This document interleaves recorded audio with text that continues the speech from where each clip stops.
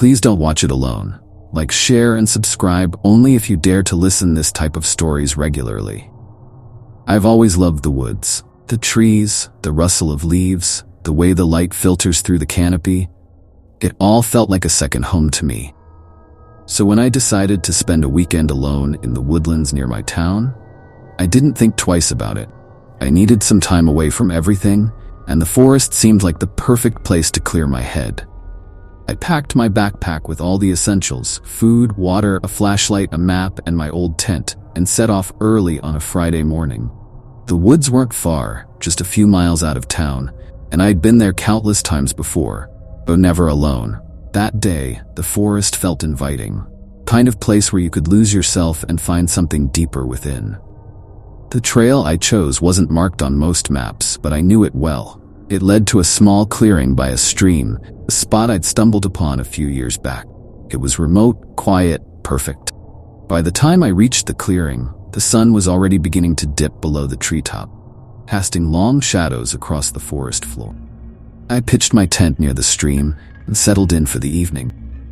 Air was cool. The only sounds were the bubbling water and the occasional rustle of animals in the underbrush.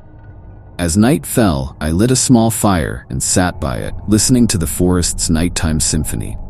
The woods were alive with sounds, but nothing out of the ordinary. It was peaceful, almost hypnotic. I must have dozed off because the next thing I knew, the fire was just a smoldering pile of embers, and the night was completely dark. The kind of darkness where you can't see your own hand in front of your face. I fumbled for my flashlight, feeling a sudden chill. That's when I heard it. A soft, rhythmic tapping, like someone lightly drumming their fingers on a tree trunk. It was faint, almost inaudible, but it was there. I swung the flashlight around, the beam cutting through the darkness. Nothing, just trees and shadows. I told myself it was probably just a branch swaying in the wind, but I couldn't shake the feeling that something was off. I crawled back into my tent, zipped it up tight, and tried to convince myself to go back to sleep. But the tapping continued, growing slightly louder, more insistent. It wasn't just a random noise anymore. It had a pattern, almost like someone was trying to get my attention. I lay there, wide awake, my heart pounding in my chest, listening to the steady tap-tap-tap that seemed to be getting closer. Finally, I couldn't take it anymore. I unzipped the tent and stepped outside, gripping the flashlight like a weapon. The tapping stopped as soon as I emerged, replaced by a heavy silence. I stood there, scanning the trees, my breath visible in the cold night air. Nothing moved. Nothing made a sound. It was as if the entire forest was holding its breath. I told myself it was just my imagination, the isolation playing tricks on my mind. I went back into the tent, determined to ignore the noises and get some sleep. But then I heard something else. This time, it wasn't tapping. It was a whisper, faint and distant, like a voice carried on the wind. Froze, straining to hear. The whispering grew louder, though I couldn't make out the words. Sounded like it was coming from all around me, circling the tent. I felt the hairs on the back of my neck stand up. This wasn't my imagination. Something was out there. I grabbed the flashlight again and unzipped the tent, stepping out into the cold night. The whispering stopped, replaced by the same heavy silence as before. I shone the light around, but there was nothing, just trees and shadows.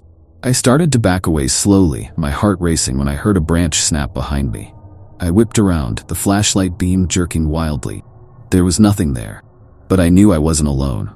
I could feel eyes on me, watching from the darkness. The forest, which had once felt so familiar, now seemed alien, hostile. I needed to get out of there. Packed up my tent in record time, my hands shaking as I stuffed everything into my backpack. The noises had stopped. The silence was worse. I felt like I was being stalked. Predator just out of sight, waiting for the right moment to strike. I started down the trail, moving as quickly as I could without running. Every step felt like a countdown. Every snap of a twig sent a jolt of fear through me. Trees seemed to close in around me, the path darker and more twisted than I remembered. I tried to focus on the way out. My mind kept drifting back to the sounds I had heard, tapping, the whispering. I couldn't shake the feeling that whatever was out there wasn't just an animal. Felt intentional. Like something was deliberately trying to scare me, or worse. After what felt like hours, I finally reached the edge of the woods. The sight of the open fields beyond filled me with relief. But as I stepped out of the trees, I heard it again. The whispering. It was faint, barely audible over the sound of my own footsteps, but it was there. I didn't stop, didn't look back. I kept walking until I reached the road, my heart still pounding in my chest. When I finally made it home, I locked the door behind me and collapsed on the couch, exhausted but unable to sleep.